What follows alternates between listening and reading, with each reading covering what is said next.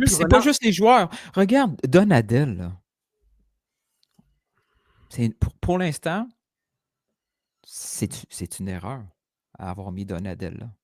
Mais je vous C'est mais c'est une erreur. Puis en même temps, tu sais, tu vas dire: «Hey yo, il faisait quoi avant?» Série C.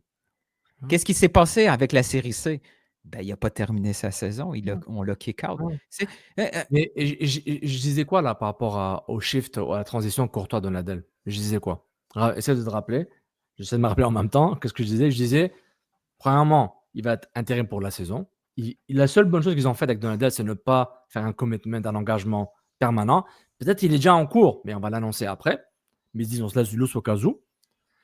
Moi, j'étais étonné qu'ils lui ont fait confiance aussi longtemps que ça, dans le sens, ben, remets-le comme assistant coach, qu'il soit ton Mauro Biello, ton David Sauvry, Sauvry, Donadel font partie de ton staff permanent. C'est le staff permanent qui reste longtemps, le plus possible, à part que Sauvry, il est pris par Toronto, par Seattle, whatever, tu sais, ou Donadel a une opportunité ailleurs.